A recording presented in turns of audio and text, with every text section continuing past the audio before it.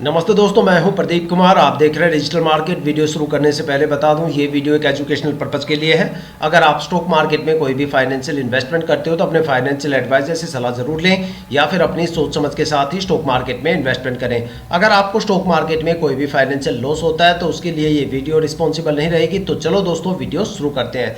दोस्तों, आज हम बात करने वाले KEC इंटरनेशनल स्टॉक के रिटर्न के बारे में। देखा जाए तो ये स्टॉक कंस्ट्रक्शन सेक्टर से बिलोंग करता है। देखो, स्टॉक मार्केट में किसी भी स्टॉक में इन्वेस्टमेंट करने से पहले करीब 3 बातें हमेशा ध्यान में रखनी चाहिए। सबसे पहले और इंपॉर्टेंट बात कि जिस स्टॉक में आप इन्वेस्टमेंट करने की सोच रहे हो, आखिर उस स्टॉक ने पिछले 5 सालों में अपने इन्वेस्टर्स को क्या रिटर्न दिए है और कितनी ज्यादा वहां पे हमें गिरावट देखने को मिलती है।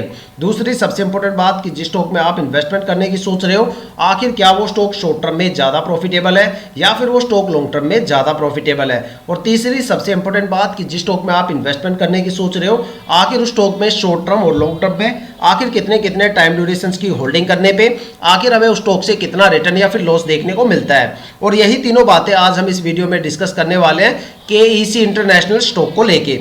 अगर आप इस स्टॉक में कोई भी इन्वेस्टमेंट करना चाहते हो या फिर आपने स्टॉक में कोई भी इन्वेस्टमेंट कर दिया है तो ये वीडियो आपके लिए काफ़ी ज़्यादा इंपॉर्टेंट होने वाली है, क्योंकि इस वीडियो में मैं आपको बताऊंगा KEC इंटरनेशनल स्टॉक के पिछले 5 साल के रिटर्न के बारे में, जहां पे पिछले 5 साल के रिटर्न के बेस पे एक पैटर्न आपके साथ शेयर करने की कोशिश करूंगा कि भाई ये स्टॉक शॉर्ट टर्म में ज़्यादा प्रॉफिटेबल रहेगा या फिर ये स्टॉक लॉन्ग टर्म में ज़्यादा प्रॉफिटेबल रहेगा, या फिर ऐसे कौन कौन से टाइम ड्यूरेशन है जहां पे आपको स्टॉक में एक अच्छी खासी गिरावट देखने को मिल सकती है, या फिर ऐसे कौन कौन से पॉजिटिव टाइम ड्यूरेशन है जहां पे आपको स्टॉक में भर भर के रिटर्न देखने को मिल सकता है। मैक्सिमम स्टॉक में कितनी ज्यादा गिरावट आपको देखने को मिल सकती है और मैक्सिमम कितना ज्यादा रिटर्न देने का दम ये स्टॉक रखता है। साथ में बात करेंगे स्टॉक के होल्डिंग पैटर्न को लेके, कुछ बारीकियां यहां पे मैं आपके साथ शेयर करूंगा होल्डिंग पैटर्न को लेके। साथ में एक निष्कर्ष तक हम पहुंचने की कोशिश करेंगे कि क्या हमें स्टॉक में ट्रेड लेना चाहिए या नहीं लेना चाहिए। आपके काफी ज्यादा सवालों के जवाब इस वीडियो में छुपे हुए हैं, वीडियो को पूरा जरूर देखिएगा। आई होप कि यहां से काफी ज्यादा वैल्यूएबल इंफॉर्मेशन आपको देखने और सुनने को मिलने वाली है। तो दोस्तों, वीडियो शुरू करते हैं। दोस्तों, अगर बात करें KEC इंटरनेशनल स्टॉक के पिछले 5 साल के रिटर्न के बारे में, तो देखते हैं स्टॉक ने पिछले 5 सालों में अपने इन्वेस्टर्स को कितना रिटर्न दिया और कितनी ज्यादा यहां पे हमें गिरावट देखने को मिलती है। अगर बात करें शॉर्ट टर्म के बारे में, तो देखते हैं शॉर्ट टर्म में अलग अलग टाइम ड्यूरेशन की होल्डिंग करने पे आखिर हमें स्टॉक से कितना रिटर्न या फिर लॉस देखने को मिलता है।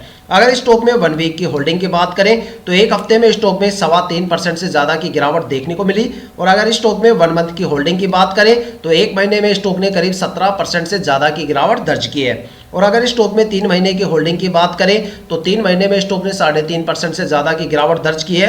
और अगर स्टॉक में 6 महीने की होल्डिंग की बात करें तो 6 महीने में स्टॉक ने करीब 10.25% से ज्यादा का रिटर्न गेन किया है। और अगर स्टॉक में 9 महीने की होल्डिंग की बात करें तो 9 महीने में स्टॉक ने करीब 39.5% से ज्यादा का रिटर्न दिया है। और अब बात करने वाले स्टॉक के लॉन्ग टर्म को लेके, देखते हैं लॉन्ग टर्म में अलग अलग टाइम ड्यूरेशन की होल्डिंग करने पे आखिर हमें स्टॉक से कितना रिटर्न या फिर लॉस देखने को मिलता है। अगर स्टॉक में लॉन्ग टर्म में 1 ईयर की होल्डिंग की बात करें तो एक साल में स्टॉक ने करीब 56.5% से ज्यादा का रिटर्न दिया है। और अगर स्टॉक में 2 साल की होल्डिंग की बात करें तो 2 साल में स्टॉक ने करीब 102% से ज्यादा का रिटर्न दिया है। देखा जाए तो 2 साल में स्टॉक ने अपने इन्वेस्टर्स का पैसा करीब डबल से ज्यादा करके दिया है।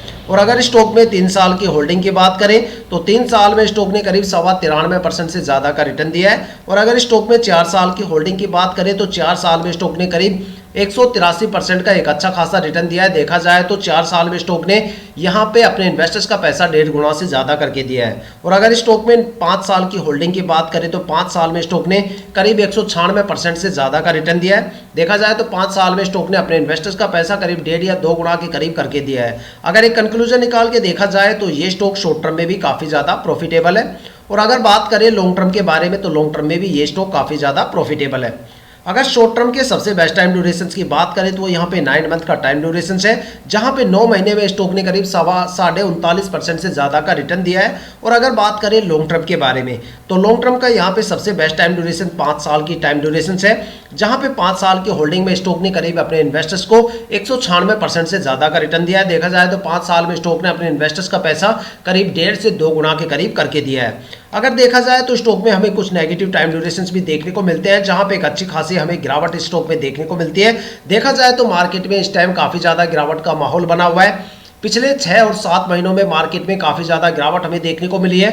अगस्त और सितंबर में 2 हमें सबसे बड़े अपर सर्किट, 2 सबसे बड़े यहाँ पे क्रैश हमें इंडियन स्टॉक मार्केट में देखने को मिले। साथ में अगर अक्टूबर की बात करें तो काफी ज्यादा स्टॉक्स में यहाँ पे अपर सर्किट लग गए थे, लेकिन क्वार्टरली रिजल्ट को बीच में आने की वजह से वहाँ पे ट्रेडिंग विंडो क्लोज हो गई और काफ़ी ज़्यादा स्टॉक के अपर सर्किट वहाँ पे पोस्टपोन हो गए और उसी के चलते एफआईआई ने काफ़ी बड़ी बिकवाली भी इंडियन स्टॉक मार्केट में की।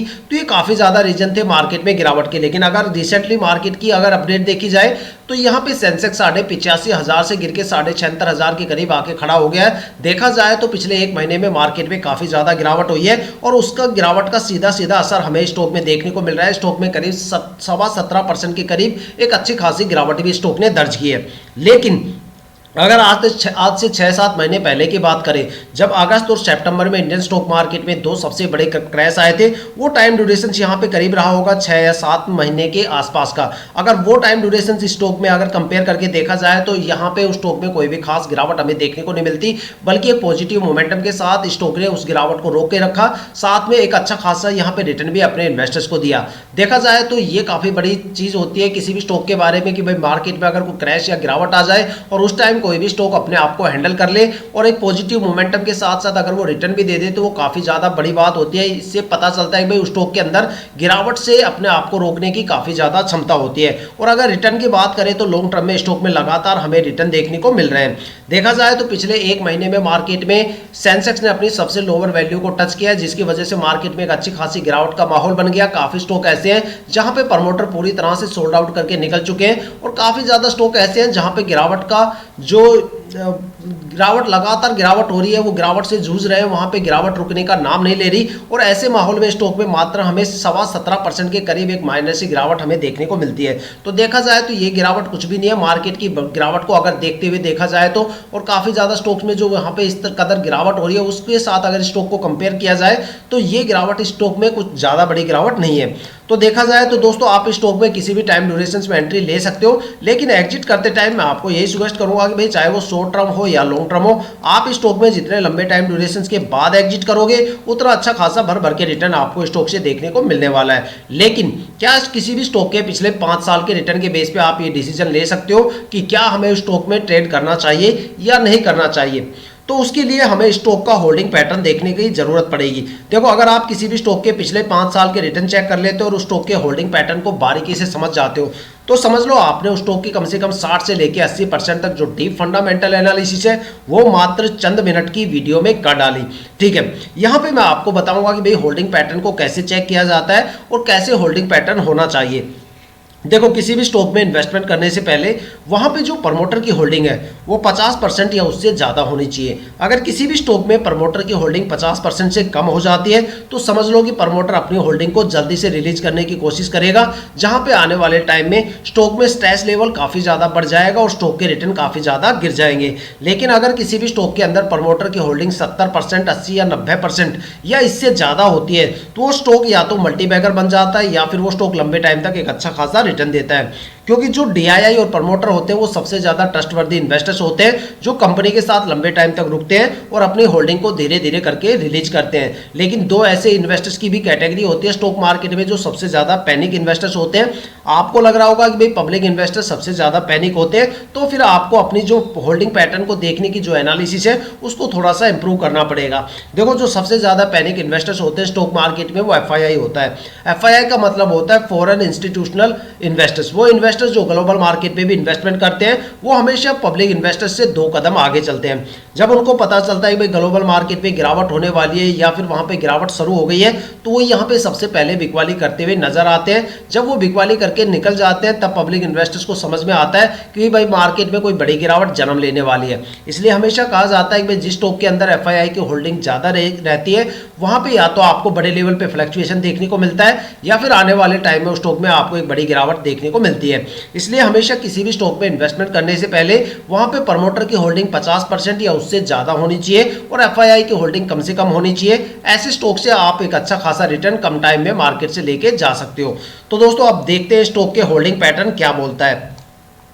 अगर स्टॉक के होल्डिंग पैटर्न को देखा जाए तो यहाँ पे जो प्रमोटर की होल्डिंग है वो 50.10% है। अगर इसको पिछले साल से कंपेयर किया जाए तो पिछले साल प्रमोटर की होल्डिंग 51.88 पॉइंट थी, जो इस साल घट के 50.10% हो गई है। तो यहाँ पे दो निष्कर्ष निकल के आते हैं। एक तो सबसे पहला पॉइंट ये कि यहाँ पे प्रमोटर की जो होल्डिंग है वो 50% से ज्यादा है। दूसरा कि यहाँ पे प्रमोटर लगातार अपनी होल्डिंग को कम कर रहा है। अगर यहाँ पे DII की होल्डिंग की बात की जाए तो पिछले साल DII की होल्डिंग 27.15% थी, जो इस साल घट के 26.33% हो गई। अब देखा जाए तो जो सबसे ज्यादा ट्रस्टवर्दी इन्वेस्टर्स होते हैं स्टॉक मार्केट में, वहां पे उनकी होल्डिंग का रेशियो तो ठीक है, लेकिन एक नेगेटिव पॉइंट ये देखने को मिलता है कि भाई यहाँ पे ये दोनों अपनी होल्डिंग को धीरे धीरे करके रिलीज कर रहे हैं।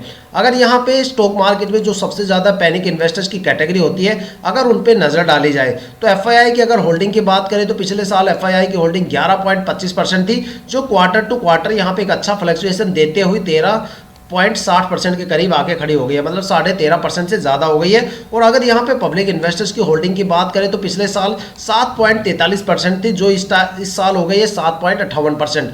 तो देखा जाए तो पब्लिक इन्वेस्टर्स के अंदर इतना ज़्यादा फ्लक्चुएशन हमें देखने को नहीं मिल पा रहा, लेकिन FII के डेटा में हमें फ्लक्चुएशन ज़्यादा देखने को मिल रहा है। अब देखा जाए तो यहाँ पे FII का जो होल्डिंग रेशियो है मेरे हिसाब से वो तो काफ़ी ज़्यादा हो गया, ठीक है। लेकिन अगर इस देखा जाए तो स्टॉक के देखो मैंने पिछले 5 साल के रिटर्न भी आपको बता दिए।